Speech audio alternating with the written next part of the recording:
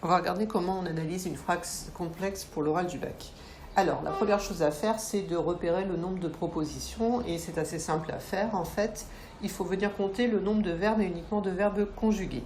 Et une fois qu'on a le nombre de verbes conjugués, du coup, on peut en déduire le nombre de propositions qu'on a dans la phrase. Il existe différents types de propositions. Les propositions qui sont juxtaposées, donc là, on repère juste la ponctuation qui permet de faire le lien entre deux propositions. Ensuite, il y a les propositions coordonnées, et là, c'est les fameuses mais, ou, et, donc en ICAR, c'est-à-dire les conjonctions de coordination qui relient les deux. Et enfin, il nous reste un dernier type de propositions qui sont les propositions subordonnées.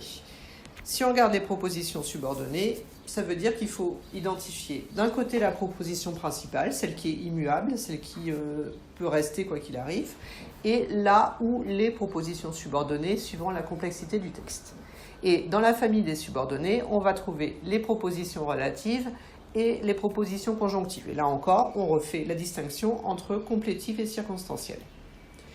Pour les propositions relatives, elles sont introduites par un pronom relatif, et c'est ce pronom relatif qui est intéressant. Il a un antécédent dans la principale et il a une fonction dans la relative. Et en fait, une relative, c'est une extension du nom. Si on prend l'exemple de la phrase « Il joue avec le ballon qu'il a trouvé », Q apostrophe est ici le pronom relatif, il a pour antécédent le ballon et il est COD de « il a trouvé quoi le ballon ». Sur les conjonctives, il y a deux familles de nouveau.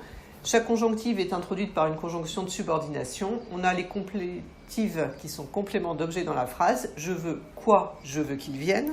Et on a les circonstancielles, donc elles, comme le nom l'indique, sont compléments circonstanciels dans la phrase. Par exemple, pendant qu'il travaille, il est calme. Et là, on a bien une circonstancielle de temps.